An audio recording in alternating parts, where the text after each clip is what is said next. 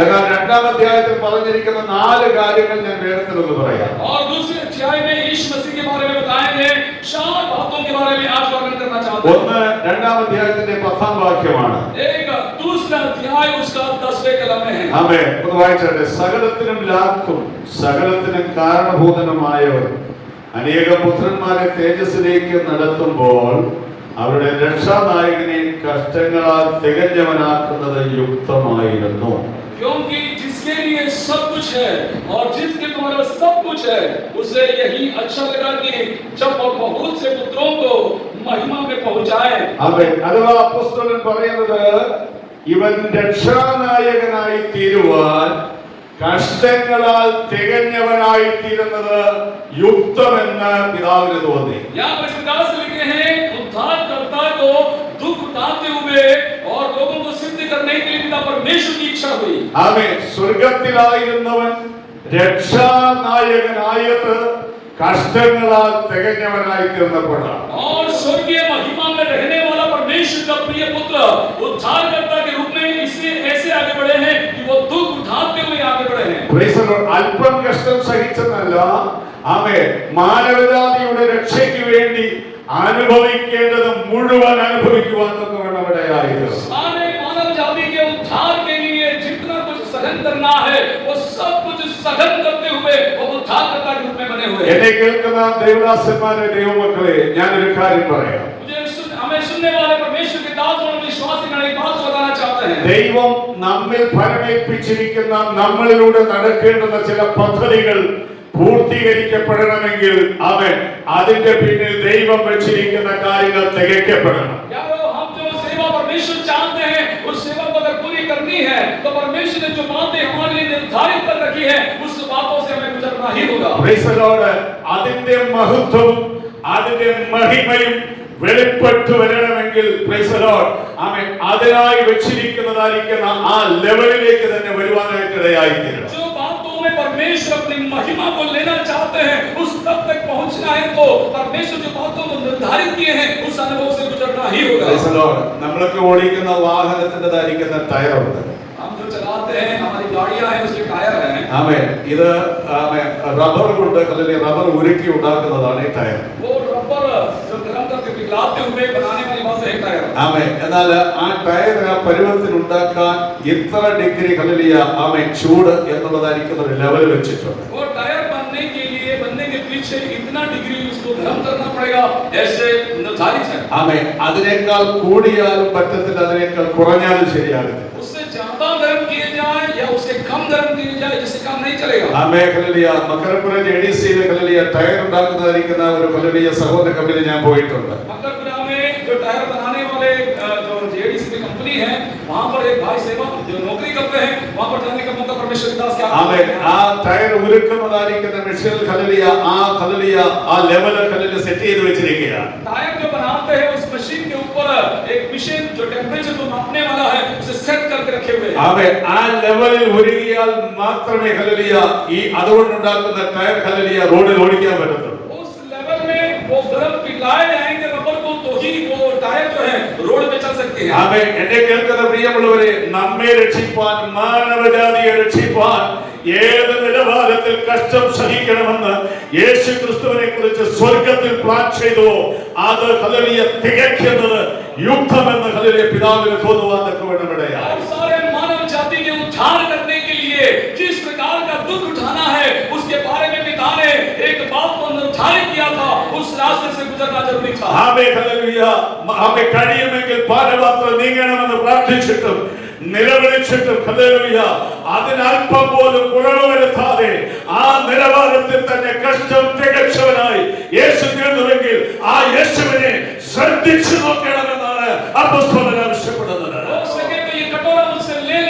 से विनती करने वाला यीशु उस पिता की जो इच्छा जिस रास्ते से होकर गुजरना है उस दुख को उठाने के बाद में उस आज्ञा को पालन करते हुए आगे बढ़े हैं तो उस यीशु को ताकने के बारे में प्रेरित पौल बताते हैं. ആമേൻ.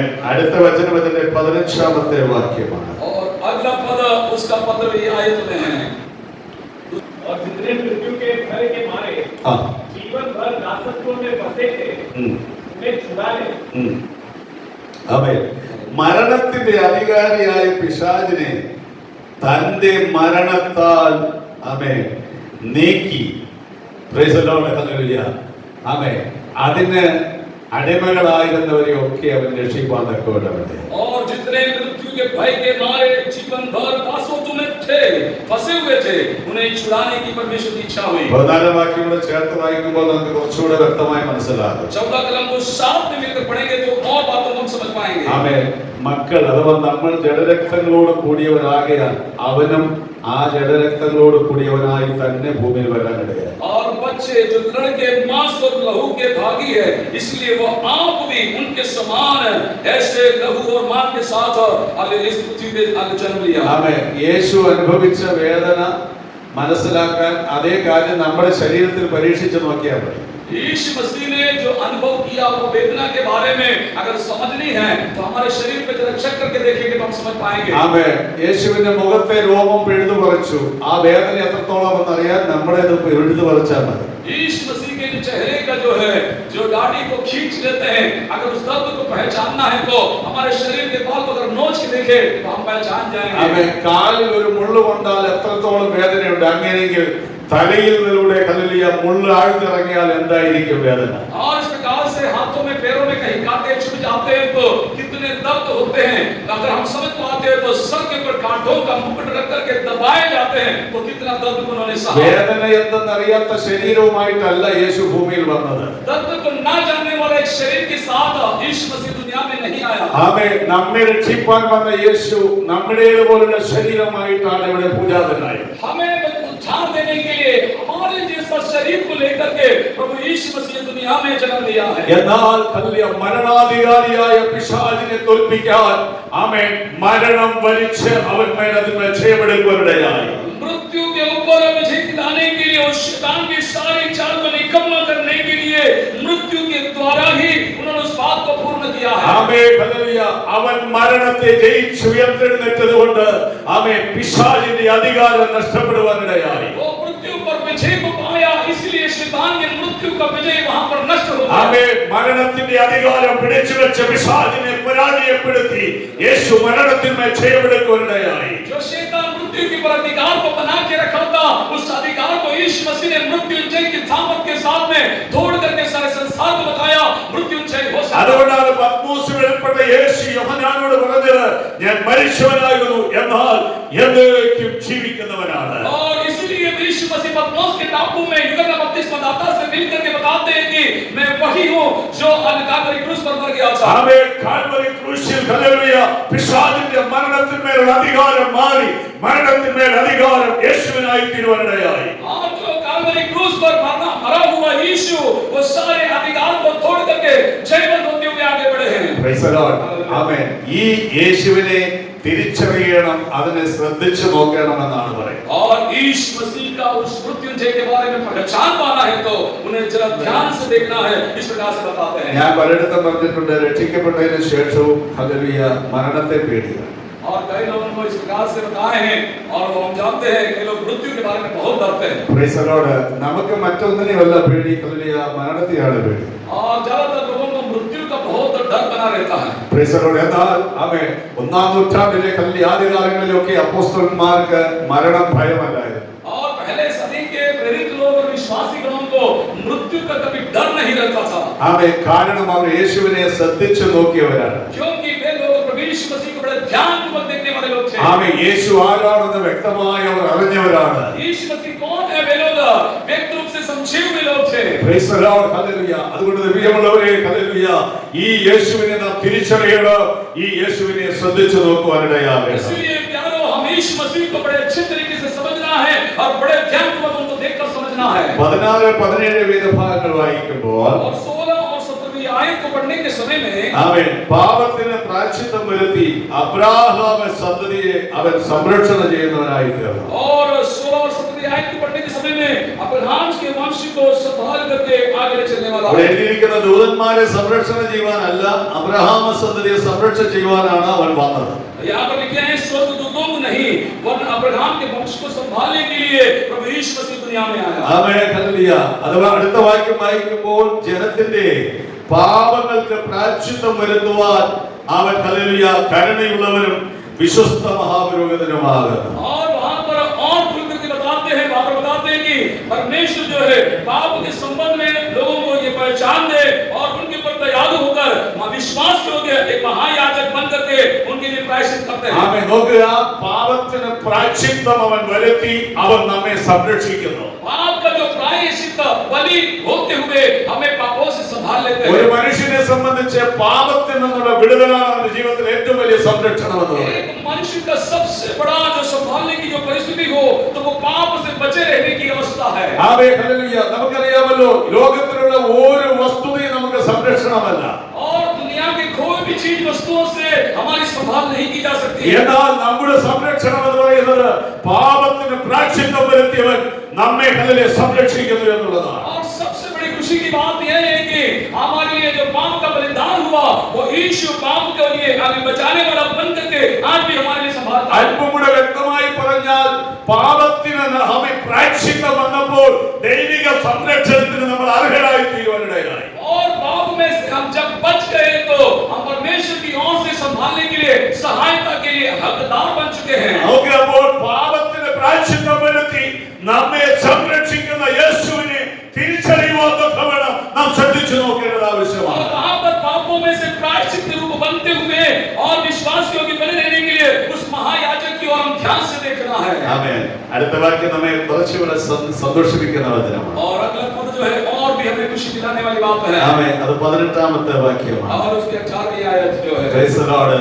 താൻ തന്നെ പരീക്ഷിതനായി കഷ്ടം അനുഭവിച്ചിരിക്കുകയാൽ പരീക്ഷിക്കപ്പെടുന്നവർക്ക് സഹായിപ്പാൻ കഴിവുള്ളവനാണ്. और क्योंकि जब उसने परीक्षा की दशा में दुख उठाया तो वह उनकी भी सहायता कर सकता है जिनकी परीक्षा होती है. നമ്മെ സഹായിപ്പാൻ ആമേൻ ഹല്ലേലൂയ കഴിവുള്ളവൻ പ്രൈസ് ദി ലോർഡ് നമുക്ക് തുല്യമായി അതിലധികമായി പരീക്ഷിക്കപ്പെട്ടവനാണ്. हमें मदद करने के लिए, हमें सहायता करने के लिए जो बने हैं वो मसीहा हमसे भी ज्यादा परीक्षाओं को सहन किया हुआ व्यक्ति है. ആമേൻ. തിരിച്ചറിയണം, നമ്മുടെ പരീക്ഷയിൽ നമ്മെ സഹായിപ്പാൻ ആമേൻ ഹല്ലേലൂയ വരുന്നവൻ ഹല്ലേലൂയ നമ്മെ പോലെ നമുക്കധികമായി ആമേൻ പരീക്ഷ സഹിച്ചവനാണ്. एक बात तो हमें बिल्कुल समझना है, हमारे परीक्षाओं में जो हमें सहायता करने के लिए जो आते हैं वो व्यक्ति हमसे ज्यादा परीक्षाओं को सहन करते हुए दुख उठाया हुआ एक मसीहा है. രണ്ടാം അധ്യായത്തിൽ ഇങ്ങനെയുള്ള യേശുവിനെ പരിചയപ്പെടുത്തിയിട്ടാണ് ആമേൻ ഈ യേശുവിനെ ശ്രദ്ധിച്ചു നോക്കണമെന്ന് ആവശ്യപ്പെടുന്നത്. दूसरे अध्याय में इस प्रकार यीशु मसीह का परिचय देने के बाद में तीसरे अध्याय में प्रवेश पाने के बाद में बताते हैं इसीलिए ऐसे मसीहा की ओर हम ध्यान लगाएं. ആമേൻ. എന്നെ കേൾക്കുന്ന പ്രിയമുള്ളവരെ, യേശു ആരാണെന്ന് ആമേൻ ഹല്ലേലൂയ ഈ വചനങ്ങളിലൂടെ ഈ നിലവാരത്തിലൂടെ മനസ്സിലാക്കുവാനും അവനെ തിരിച്ചറിയുവാനും അവനെ മറ്റുള്ളവർക്ക് പരിചയപ്പെടുത്തുവാനും അവൻ നമുക്ക് കഴിയേണ്ടത് ആവശ്യമാണ്. यीशु मसीह को इस प्रकार हम समझते हुए हम दूसरों को परिचय देने के लिए हम अपने आप से सक्षम होना जरूरी है. മൂന്നാം അധ്യായത്തിൽ അവൻ ചില കാര്യങ്ങൾ അപ്പോസ്തലൻ ഓർപ്പിക്കുന്നുണ്ട്. तीसरे अध्याय में प्रेरित पौल कुछ और बातों के बारे में यीशु मसीह का पहचान दिलाना चाहते അവൻ हैं. രണ്ടാം വാക്യത്തിൽ അപ്പോസ്തലൻ പറയുന്നത് അവൻ വിശ്വസ്തനാണ്. दूसरे कलम में वो कहते हैं वो विश्वास योग्य परमेश्वर है. ആമേൻ. മോശയുടെ പേരെടുത്ത് പറഞ്ഞിട്ടാണ് അവൻ യേശു വിശ്വസ്തനാണെന്ന് പറയുന്നത്. मूसा का नाम लेने के साथ साथ वो कहते हैं कि परमेश्वर विश्वास योग्य है. Amen hallelujah. മോശയുടെ ജീവിതം നമുക്ക് നോക്കിയാൽ അറിയാം. ആമേൻ.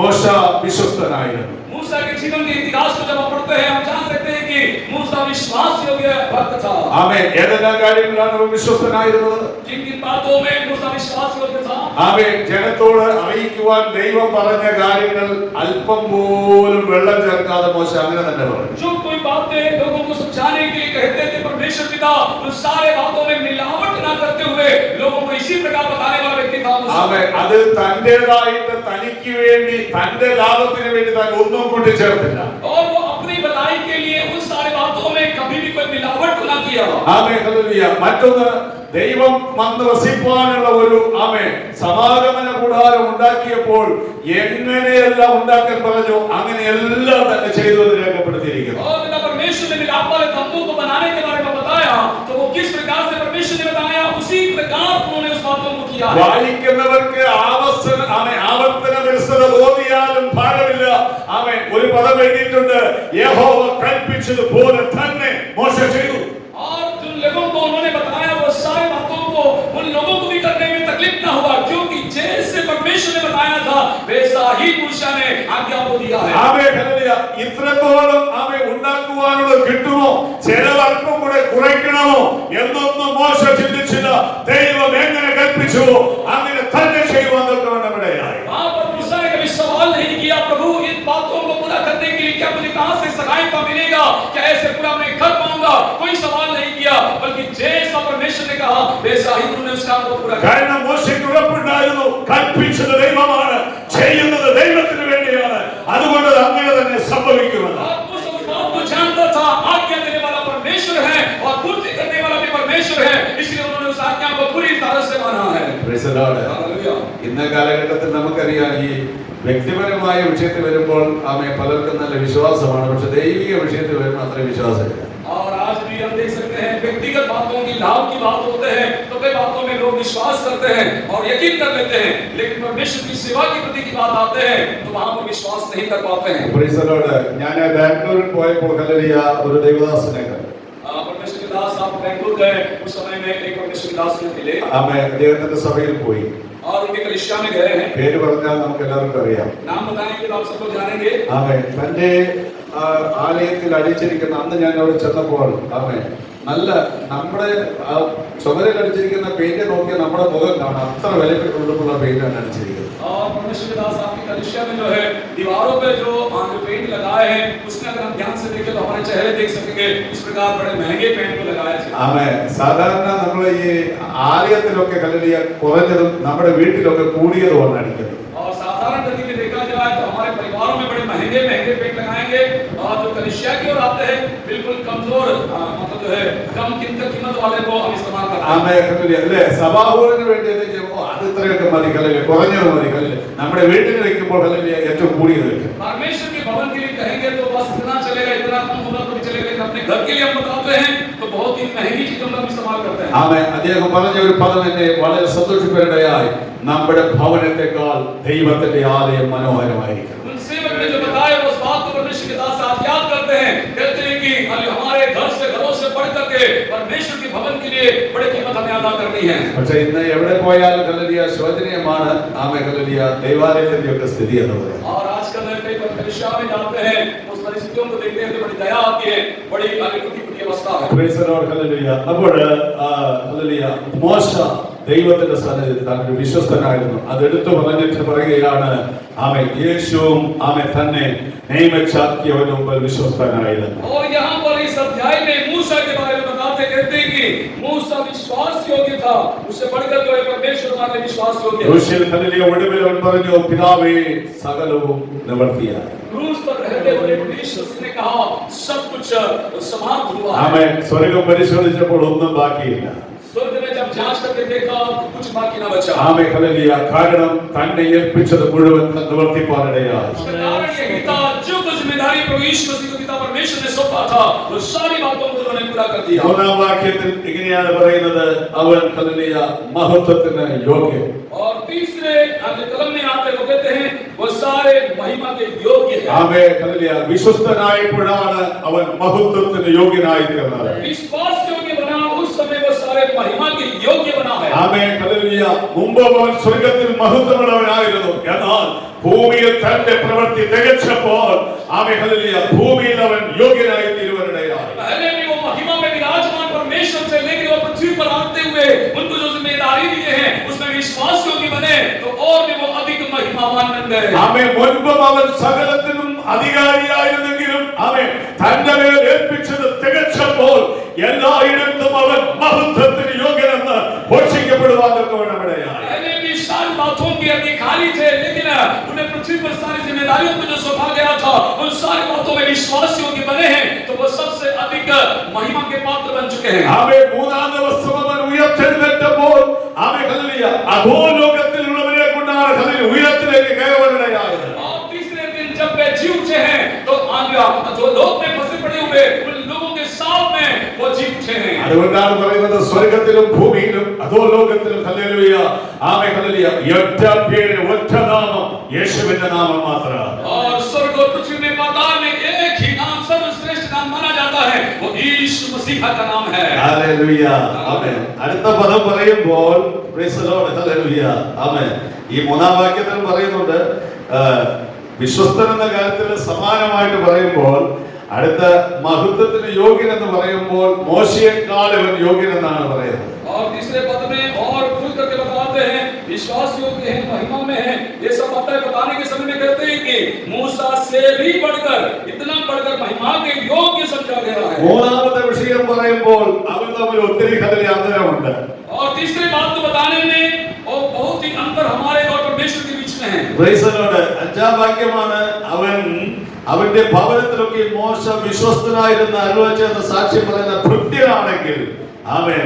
ആറാം വാക്യം പറയുന്നു ക്രിസ്തു ഭവനത്തിന്റെ അധികാരിയായ പുത്രനാണ്. और वहां पर मूसा तो परमेश्वर के सारे घर के सेवक के समान विश्वासी लोग रहा, तो वहां पर आगे चल के छठे अध्याय में कहते हैं मसीह, परंतु मसीह पुत्र के समान है, परमेश्वर के घर का अधिकारी है। ആമേൻ. മോശയെ ആമേൻ ഹല്ലേലൂയ ശ്രേഷ്ഠനായി കണ്ടിരുന്നതായിരിക്കുന്ന യഹൂദ പശ്ചാത്തലത്തിൽ നിന്ന് വന്നവരോട് പറയുകയാണ് മോശയെക്കാൾ ഇവൻ ശ്രേഷ്ഠനാണ്. मूसा को बड़े आदर के साथ में देखने वाले यहूदी संप्रदाय के लोगों के सामने वहां पर खुद करके प्रेरित पौल बताते हैं मूसा से अधिक विश्वास योग्य और ग्रहण योग्य हमारा परमेश्वर है। ആമേൻ. ദൈവഭവനത്തിൽ മോശ വിശ്വസ്തനായ ഒരു ഭൃത്യനാണെങ്കിൽ ആമേൻ ഇവൻ യേശുക്രിസ്തു ദൈവഭവനത്തിന്റെ അധികാരിയായ പുത്രനാണ്. मूसा जो है परमेश्वर के भवन के प्रति विश्वास योग्य है, तो प्रभु यीशु मसीह परमेश्वर के घर के अधिकारी और विश्वास योग्य सेवक है। ആമേൻ. ഹല്ലേലൂയ. യഹൂദന്മാർക്ക് മോശ വലിയവനായിരുന്നെങ്കിൽ ആമേൻ എല്ലാവർക്കും മോശ വലിയവനൊന്നുമല്ല. यहूदी परंपरा के लोगों के लिए यीशु मसीह जो मूसा बड़े आदर के पात्र है, तो सारे मानव जाति के लिए मूसा आदर का योग्य ना था। ഞാനതിന്റെ ഒരു ചിന്ത നിങ്ങളോട് പറയാം. लेकिन उनके मध्य में से एक विचार रखना चाहते हैं। ആമേൻ. ഏത് മനുഷ്യനും തന്റെ ജീവിതത്തിൽ ശ്രേഷ്ഠനാക്കി വെച്ചിരിക്കുന്ന ആരെങ്കിലും ഒരു വ്യക്തി കാണും. कोई भी व्यक्ति अपने जीवन में किसी न किसी व्यक्ति को बड़े ऊंचे पद और दर्जा देकर के अपने मनों में रखते हैं। എന്നാൽ ഈ വചനത്തിലൂടെ അവൻ വെളിപ്പെടുത്തുന്നു ദൈവത്തെക്കാൾ വലിയവനായി നമ്മുടെ ജീവിതത്തിൽ ആരും ഉണ്ടാകരുത്. और ये वचन में ये बात को और ठेस और जो है और भी गहराई के साथ समझाना चाहते हैं कि पिता परमेश्वर और प्रिय पुत्र प्रभु यीशु मसीह से बढ़कर, अपने परमेश्वर से बढ़कर किसी को भी अपने मन में बड़े स्थान न दे। ആമേൻ. നാം ഏത് പശ്ചാത്തലത്തിൽ നിന്ന് വന്നവരാണെങ്കിലും ഏത് പശ്ചാത്തലത്തിൽ ജീവിക്കുന്നവരാണെങ്കിലും യേശുവിനേക്കാൾ വലുതായിട്ട് നമ്മുടെ ജീവിതത്തിൽ ആരും ഉണ്ടാകാൻ പാടില്ല. किसी भी परंपरा के साथ में अगर हम जुड़े हुए हो, लेकिन पिता परमेश्वर से बढ़ करके किसी को भी ज्यादा स्थान न दे।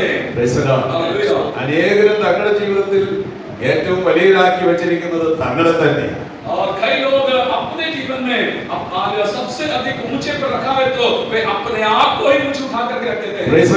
ചിലരൊക്കെ ഹല്ലേലൂയ പ്രസംഗിക്കുമ്പോഴും ചിലരൊക്കെ ഹല്ലേലൂയ സാക്ഷി പറയുമ്പോഴും ആമേൻ ആരെയാണ് ഉയർത്തുന്നതെന്ന് പോലും മനസ്സിലാകാതെയാണ് പലതും പറയുന്നത്. और कई लोग जो वचन का प्रचार करते हैं और जो गवाहियों को देने के समय में वो खुद ये बात तो नहीं समझते हैं कि वे अपने आप की प्रशंसा कर रहे हैं, अपने आप को उठा रहे हैं। ആമേൻ. പല സ്റ്റേജുകളിലും യേശുവിനേക്കാൾ കൂടുതൽ മറ്റു പലരെയും ഉയർത്തുന്നതായിട്ട് നമുക്ക് കാണുവാൻ കഴിയും. और ये पृथ्वी पर संसार में सबसे ज्यादा हम देख पाते हैं कि पिता परमेश्वर से बढ़कर वो अपने आप को और अपनी प्रशंसाओं को करते देखते हैं। ദൈവദാസന്മാരെ നമ്മുടെ ഹല്ലേലൂയ പ്രസംഗങ്ങളിൽ ആമേൻ ഹല്ലേലൂയ പ്രസംഗ അവസരങ്ങളിൽ യേശുവിനെയാണ് നമ്മൾ ഉയർത്തേണ്ടത്.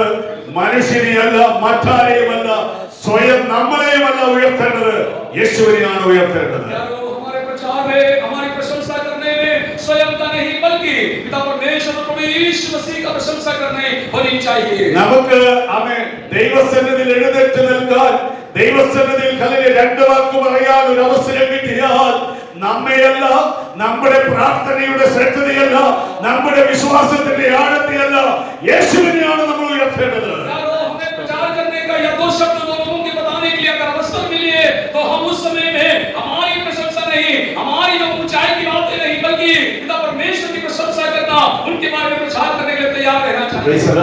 യോഹന്നാൻ സ്നാപകൻ പറഞ്ഞതായ പദം ഞാനോ കുറയണം അവനോ വളരണം. यूहन्ना बपतिस्मा इस प्रकार से कहते हैं, प्रभु मैं आपके चरणों में अपने आप को कम समझो और प्रभु आप मुझ में बढ़े, मैं बढ़ूं। Price the Lord. പ്രായം കൊണ്ടും പ്രൈസ് ദി ലോർഡ് പദവി കൊണ്ടും കുലശ്രേഷ്ഠത കൊണ്ടും ആമേൻ ഹല്ലേലൂയ തൊഴിൽ കൊണ്ടും അവൻ ഉന്നതനാകാൻ ഹല്ലേലൂയ അർഹതയുണ്ടെങ്കിലും അവൻ യേശുവിനെ തിരിച്ചറിഞ്ഞതുകൊണ്ട് ശ്രദ്ധിച്ചു നോക്കിയതുകൊണ്ട് അവൻ പറഞ്ഞു, ഞാൻ കുറയണം, അവനാണ് വളരേണ്ടത്.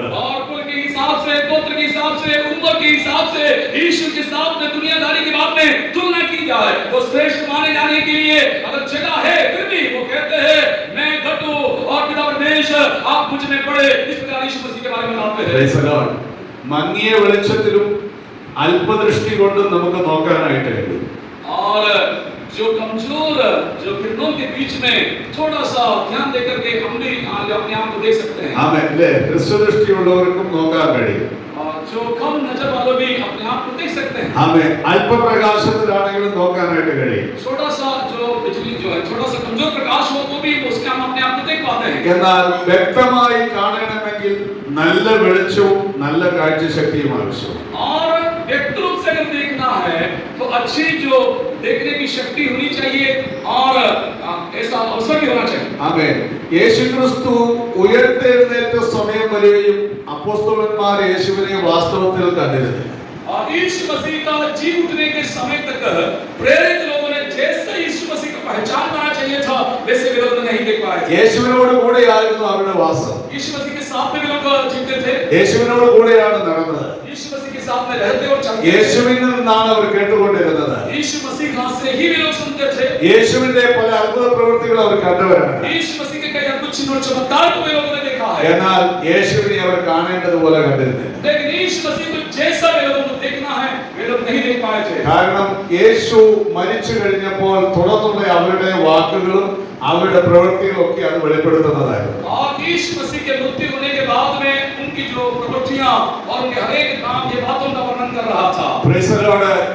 യേശുവിനെ അവർ കല്ലറയ്ക്കൽ ചെന്നു അവനെ കണ്ടില്ലെന്ന് പറഞ്ഞപ്പോൾ ഹല്ലേലൂയ തത്വം പിടിച്ച് ഓടിയതിന്റെ ഒക്കെ പുറകിൽ കാര്യം അതായിരുന്നു. और यीशु मसीह मृत्यु पाए हैं वहां पर नहीं दिखा तो वे लोग बड़े जल्दबाजी में दौड़ने के पीछे भी बहुत कुछ कारण था। Price the Lord. ഹല്ലേലൂയ.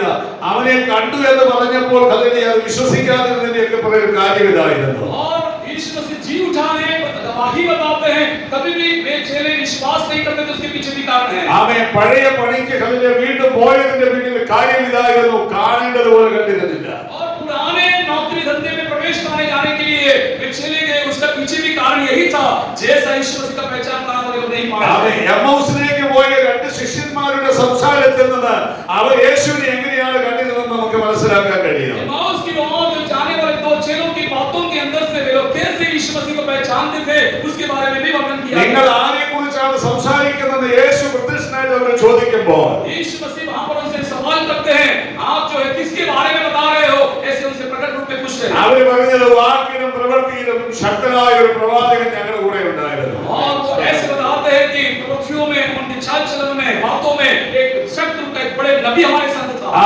അവനെ യഹൂദന്മാരെല്ലാം കൂടെ കൊന്നു. उस नबी को जो है यहूदी लोगों ने मार डाला। യേശു കേട്ടിട്ട് ആ അവരുടെ അഭിപ്രായത്തിൽ സന്തോഷിച്ചു. और यीशु मसीह ने क्या उनके अभिप्राय को सुन करके, उनके विचारों को सुनकर खुश हुए क्या? യേശു എന്താണ് അതിന് മറുപടി പറഞ്ഞത്? यीशु मसीह ने उनको क्या जवाब दिया?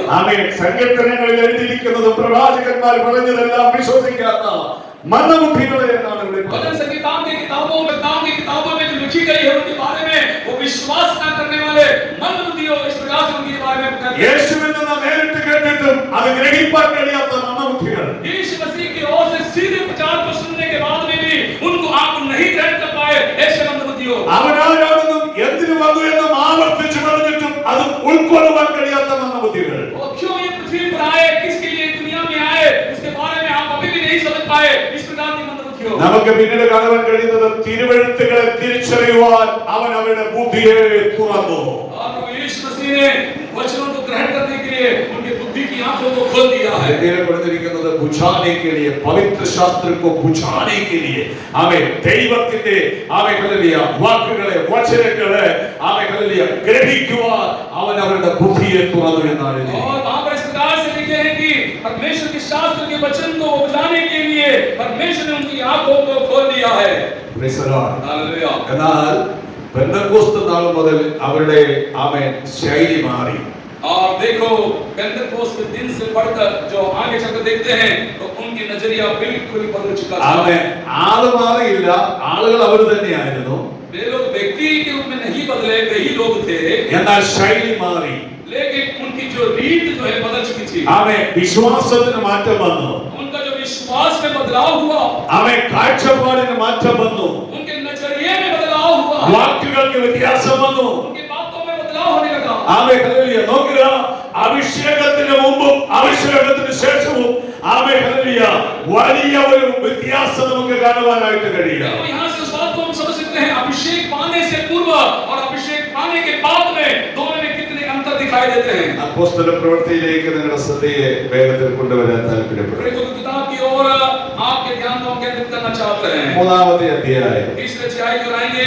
ആമേൻ. 3 മുതലുള്ള വാക്യങ്ങൾ നമ്മൾ നോക്കുമ്പോൾ तीसरे कलम से लेकर पढ़ने के समय में നമുക്ക് देखेंगे, വളരെ പരിചയമുള്ള ഒരു സംഭവമാണ് അവിടെ എഴുതിയിരിക്കുന്നത്. हम सभी लोग सुपरिचित हैं, ऐसे बातों को वहां पर देखते हैं। ആമേൻ. പ്രാർത്ഥനയ്ക്ക് വേണ്ടി ദൈവാലയത്തിലേക്ക് പോകുന്ന അപ്പോസ്തലന്മാർ പത്രോസ് യോഹന്നാനും ഒരു മുടന്തനെ കണ്ടുമുട്ടും. और प्रार्थना के लिए मंदिर में जाने वाले प्रेरित लोग पत्रस और यूहन्ना ने एक लंगड़े व्यक्ति को भीख मांगते हुए देखते हैं। സിസ്റ്റർ, ഞാൻ ഈ കഴിഞ്ഞ ദിവസം ഈ വചനം അങ്ങനെ ധ്യാനിപ്പാനായിട്ടിടയായി. पिछले दिनों में परमेश्वर के दास साहब इस वचन से ध्यान मनन कर रहे थे। ആമേൻ. അവര് കടന്നു പോകുമ്പോൾ ഈ ഭിക്ഷ ചോദിക്കുന്ന ഈ മുടന്തൻ ആമേൻ അവരെ കണ്ടിട്ട് അവരോട് ഭിക്ഷ ചോദിച്ചു. और जो परमेश्वर की भवन की ओर जाने वाले लोगों को देख करके ये लंगड़ा व्यक्ति ने उनके सामने हाथ फैलाया है। നിങ്ങൾ നോക്കണേ വചനം. ആമേൻ. അവൻ പത്രോസും യോഹന്നാനും ദൈവാലയത്തിൽ കടപ്പാൻ പോകുന്നത് കണ്ടിട്ട് ഭിക്ഷ ചോദിച്ചു. और वहां पर देखिए, ये व्यक्ति जो है पतरस और यूहन्ना मंदिर में जा रहे थे, उसे देख करके उन्होंने भीख मांगा है। ഇവിടെ നോക്കിക്കേ, ഈ ഭിക്ഷ ചോദിച്ചാൽ ഇവരെ നോക്കിയല്ലേ ചോദിച്ചത്? भीख मांगने के समय में क्या इनको देख करके उन्होंने भीख नहीं मांगा? അത് വേറെ എങ്ങോട്ടെങ്കിലും നോക്കിയാണോ ഭിക്ഷ ചോദിച്ചത്? क्या वे लोग उधर कर देख करके उनसे भीख मांगा क्या? ആമേൻ. ഞാൻ ഒരു യൗവനക്കാരനെ നാട്ടിലായിരുന്ന സമയത്ത് ഒരിക്കൽ ഒരു ബാർബറോട് പറഞ്ഞൊരു കാര്യം ഓർക്കുകയാണ്. एक समय परमेश्वर के दास साहब के इलामे थे, उस समय में एक बाबा ആമേൻ. നല്ല എക്സ്പീരിയൻസ് ഉള്ള ഒരു ബാർബറാണ്. बड़े अच्छे तजुर्बे रखने वाले एक नाई, ആമേൻ. बाल कटाने वाला। അവന് ചീപ്പ് വേണ്ട, കത്രിക മാത്രം മതി, അവൻ നമ്മുടെ മുടി നന്നാക്കി വിട്ടു. उन्हें जो कंघी की जरूरत नहीं है, कंघी के बगैर कंघी के जो है किसी लगा करके अच्छी तरीके से वो बाल काटता है। അവന്റെ വിരല് കൊണ്ട് അവനിങ്ങനെ മുടി കോർത്തെടുത്ത് അവൻ വെട്ടി അവൻ ശരിയാക്കി തരും. वो अपने हाथों से, उंगलियों से जो बाल को सेट करते हुए कैंची से बाल को काट लेते അപ്പൊ ഒരു പ്രാവശ്യം എന്റെ മുടി ഇങ്ങനെ വെട്ടിക്കൊണ്ടിരിക്കുക. हैं। एक समय जो है परमेश्वर के दास की आपके बाल അപ്പൊ ഞാൻ ഇങ്ങനെ കണ്ണാടി നോക്കിയപ്പോൾ അവൻ എന്റെ തലയിലല്ല നോക്കുന്ന, റോട്ടിൽ നോക്കിക്കൊണ്ടാ വിട്ടത്. परमेश्वर के दास आप आईने में देख रहे थे, उस समय में वो रोड पे जाने वाले लोगों को देख करके परमेश्वर के दास के बाल काट रहे थे। ആമേൻ. അപ്പൊ ഞാൻ അവനോട് പറഞ്ഞു, എന്റെ മുടിയാണ് നീ വെട്ടുന്നതെങ്കിൽ എന്റെ തലയിൽ നോക്കി വെട്ടണം. परमेश्वर के दास ने बताया, अगर मेरे बाल अगर आप काटते हो तो मेरे सर को देख करके आप बाल को काटना। ആമേൻ. ഹല്ലേലൂയ. നീ എത്ര എക്സ്പീരിയൻസ് ഉള്ളവരാണെങ്കിലും റോട്ടിൽ നോക്കി എന്റെ മുടി വെട്ടരുത്. कितना भी तजुर्बा रखने वाला व्यक्ति हो, लेकिन जो रास्ते में देख करके मेरा बाल मत काट। ആമേൻ. ഞാൻ പറഞ്ഞത് ഭിക്ഷ ചോദിക്കുന്നവൻ തീർച്ചയായിട്ടും ആമേൻ ആരോട് ചോദിക്കുന്നു അവനെ നോക്കിക്കൊണ്ടാണ് ചോദിക്കുന്നത്. और भीख मांगने वाले व्यक्ति वहां पर पढ़ते हैं, उन व्यक्तियों के चेहरे को देख करके उनसे भीख मांगते हैं। ആമേൻ. അങ്ങനെ ചോദിക്കുമ്പോൾ പത്രോസ് അല്ലേ ഒരു വിചിത്രമായ വാക്കാണ് അവിടെ പറയുന്നത്. और उसके चौथे कलम में पतरस एक विचित्र जवाब उनको देते हैं। പത്രോസ് യോഹന്നാനോട് ചോദിച്ചു, എന്നിട്ട് പറയാ ഞങ്ങളെ നോക്കുന്നു. पतरस ने यूहन्ना के साथ उसकी ओर ध्यान से देखकर कहा, हमारी ओर देख। ആമേൻ. മുടന്തനാണെങ്കിൽ അവൻ മാന്യനായവനായിരുന്നു. और भले ही वो लंगड़ा था, लेकिन वो माननीय व्यक्ति था। ആമേൻ. വേറൊരാളെ പറഞ്ഞു, സാറേ നിങ്ങളെ നോക്കിയല്ലേ ഈ ചോദിക്കുന്നതിന് പറഞ്ഞ. अगर कोई और लंगड़ा होता तो कहता कि साहब लोग हमको आपको ही देख करके ആമേൻ. അപ്പോ ഇവൻ നോക്കിയതായിരിക്കുന്ന ആമേൻ നോട്ടമാണോ ആമേൻ പത്രോസ് ആവശ്യപ്പെട്ട നോട്ടം? देखो यहाँ पर वो लंगड़ा व्यक्ति जो देख करके भीख मांग रहा है, क्या उसी उद्देश्य के साथ में जो प्रेरित ने उनसे जवाब दिया है क्या? Price the Lord. മനസ്സിലായോ? ഹല്ലേലൂയ. ഇവൻ അവനെ നോക്കിക്കൊണ്ട് ചോദിക്കുകയാണ്. അപ്പോൾ പത്രോസ് പറയുകയാണ് ഞങ്ങളെ നോക്കണം. वो जो भिखारी जो है उनको देख करके भीख मांगते हैं, उस समय में प्रेरित कहते हैं कि हमारी ओर देख कर इस प्रकार से कहते हैं। Praise the Lord. ഹല്ലേലൂയ. हालेलुया। ആമേൻ. ആ നോട്ടത്തിന്റെ പ്രത്യേകത ഞാൻ വേറൊരു വചനത്തിലൂടെ ഹല്ലേലൂയ കാണിച്ചു തരാം. उस देखने की खासियत को और वचनों के द्वारा आपको हम समझाना चाहते हैं। ആമേൻ. 14-ാം അധ്യായത്തിലേക്കാണ് നിങ്ങൾ വരേണ്ടത്. അപ്പോസ്തല പ്രവൃത്തി 14-ാം. प्रेरितों की किताब 14 अध्याय को रहा है, 14 अध्याय को रहा है। Price the Lord. प्रेरितों की किताब 14 अध्याय। 9-ാമത്തെ വാക്യം इसका 9वां कलम അത് വായിച്ചു. जरा पढ़ेंगे। നോക്കിക്കേ, എന്നാ എഴുതിയിരിക്കുന്നത്? അവൻ പൗലോസ് സംസാരിക്കുന്നത് കേട്ട് അവൻ അവനെ ഉറ്റുനോക്കി. वह पौलुस को बातें करते सुन रहा था. पौलुस ने उसकी ओर टकटकी लगा करके देखा. Praise the Lord. പൗലോസ് സംസാരിച്ചുകൊണ്ടിരിക്കുകയാണ്. അപ്പോ ഈ കേട്ടവൻ ഇങ്ങനെ പൗലോസിനെ എന്ത് ചെയ്തു? ഉറ്റുനോക്കി. जब पौलुस बातें कर रहा था तो वो जो व्यक्ति जो है बड़े टकटकी लगा करके देख रहे थे. ആമേൻ. ആ നോട്ടം കണ്ടപ്പോൾ പൗലോസിന് മനസ്സിലായി ഇവന് സൗഖ്യമാകാനുള്ള വിശ്വാസമുണ്ടെന്ന്. वो व्यक्ति का देखना समझा हुआ प्रेरित पौल समझ गए कि ये व्यक्ति को चंगा हो जाने का विश्वास है. ആമേൻ. അപ്പോൾ ഒരു സാധാരണ നോട്ടമല്ല, അകത്ത് വിശ്വാസം ഉണ്ടായിട്ട് ഞാൻ പറയുന്നു ഹല്ലേലൂയ, കണ്ണുകളിൽ നോക്കുമ്പോൾ അവന് വിശ്വാസമുണ്ടെന്ന് വെളിപ്പെടുത്തുന്ന തിളക്കമുള്ളതായിരിക്കുന്ന ഒരു നോട്ടം. और वहां पर एक साधारण देख नहीं बल्कि उस व्यक्ति की आंखों में आंखें मिलाकर के जब देखते हैं उसके भीतर विश्वास को पाए जाए और उसमें से जो है चंगा होने का एक विश्वास को उन्होंने जान लिया है. ആമേൻ. അപ്പോൾ ഇവിടെ പത്രോസ് ആവശ്യപ്പെട്ടത് ഹല്ലേലൂയ അങ്ങനെയുള്ള ഒരു നോട്ടമാണ്. और यहाँ पर प्रेरित पतरस ने भी इसी प्रकार की एक नजर को देखना चाहते थे. Praise the Lord. ആമേൻ. വല്ല ഈ ചിക്ക കിട്ടാൻ ഈ ചുട്ട് കിട്ടാൻ ഹല്ലേലൂയ പഴയ നോട്ടം മതി. और छुट्टे पाने के लिए जो भीख मांगने व्यक्ति को जो पुरानी नजर काफी थी. Amen hallelujah. പക്ഷേ ആ നോട്ടത്തിലൂടെ കൊടുക്കാനുള്ളതൊന്നും ഇവരുടെ കയ്യിലില്ല. उस नजरिए से देखने के समय में प्रेरित पतरस के पास देने के लिए कुछ न था. ആമേൻ. ഇവൻ ഉറ്റുനോക്കിയപ്പോൾ പ്രൈസ് ദി ലോർഡ്, കാരണം ഇത്രയും പറഞ്ഞപ്പോൾ അവന്റെ ആകാംക്ഷയൊക്കെ വർദ്ധിച്ചു. അവൻ അവരെ ഉറ്റുനോക്കി. Price the Lord. അന്നേരം പത്രോസ് പറഞ്ഞത്, വെള്ളിയും പൊന്നൊന്നും ഞങ്ങളുടെ കയ്യിലില്ല, പക്ഷേ ഞങ്ങൾക്കുള്ളത് നിനക്ക് തരികയാണ്. നസ്രായനായ യേശുവിന്റെ നാമത്തിൽ എഴുന്നേറ്റ് നടക്കുക. एक नजर उनकी ओर से आने के समय में प्रेरित पौल कहते हैं, प्रेरित पतरस कहते हैं कि हमारी ओर देखा. तो वो कुछ पाने की आशा रखते हुए उनकी ओर ताकते हुए देखने लगा. तभी पतरस कहते हैं, चांदी और सोना तो मेरे पास नहीं है. ആമേൻ. അപ്പോൾ ഈ വിഷയത്തിലൂടെ ആമേൻ ഞാൻ മനസ്സിലാക്കുന്നത് അപ്പോസ്തലന്മാർ ഈ മുടന്തനായവൻ യേശുവിനെ ശ്രദ്ധിക്കുവാൻ വേണ്ടി ഒരു ആഹ്വാനം കൊടുക്കുകയാണ്. और यहाँ पर प्रेरित पतरस जो है यीशु की ओर जो चंगाई को प्राप्त होते हैं उस नजरिए को बदलने के लिए, उस नजरिए को वो पाने की उम्मीद से उनको देखने के लिए करते हैं. ആമേൻ. ഞങ്ങളെ നോക്കുക എന്ന് പറഞ്ഞത് അവരെ നോക്കാനോ അവർക്ക് ക്രെഡിറ്റ് എടുക്കാനല്ല, പിന്നെയോ യേശുവിലേക്ക് നോക്കുവാൻ തൊട്ടുകൊണ്ടവിടെയാകണം. और प्रेरित पतरस हमारी ओर देखने के पीछे एक मतलब और चिंता यह न था कि उनकी ओर देखे और उनकी वाह करे और उनकी बातों में वो प्रशंसा करे, बल्कि उनका नजरिया ये था कि वो यीशु को पहचान पाए. നമുക്കറിയാമല്ലോ ഇന്നത്തെ ഈ ഡെലിവറൻസിന്റെ ഒക്കെ കാലഘട്ടത്തില് ഒരു പനിയോ തലവേദനയോ മാറിക്കഴിഞ്ഞാൽ പിന്നെ യേശുവിനെ 7 ഇലക്കത്ത് അടുപ്പിക്കത്തില്ല. और यहाँ आज की जो सेवाओं के बारे में हम देखते हैं, जो छुटकारे की जो प्रार्थना सभाएं, छुटकारे की जो सभाएं चलते हैं, वहां पर कहीं भी यीशु मसीह के बारे में वे लोग नहीं बताते हैं. Praise the Lord. ഹല്ലേലൂയ. ഈ കഴിഞ്ഞ ദിവസം യുപിയില് 30 പേര് ചത്തത്. और जो पिछले दिनों में यूपी में जो मृत्यु हुई, उनके कदमों को छूने वाले मिट्टी लेने के लिए गए, उनमें से 130 लोगों की मृत्यु हुई. ആമേൻ. അതുപോലെയുള്ളതായിരിക്കുന്ന ഭക്തിയുടെ ഒക്കെ അടുക്കലൊക്കെ വരുന്ന ഭക്തിയും പരിപാടികളൊക്കെ ഇന്ന് നമ്മുടെ ഇടയിലും പലയിടത്തും ഉണ്ട്. और इसी प्रकार का जो है विश्वास, इसी प्रकार की भक्ति की भावना आज हमारे बीच में भी होने लगी है. Price the Lord. പിന്നെ നടക്കുന്ന ഓഡിറ്റോറിയത്തിലൊക്കെ ആയതുകൊണ്ട് മണ്ണെടുക്കാൻ പറ്റുന്നില്ലെന്നേ ഉള്ളൂ.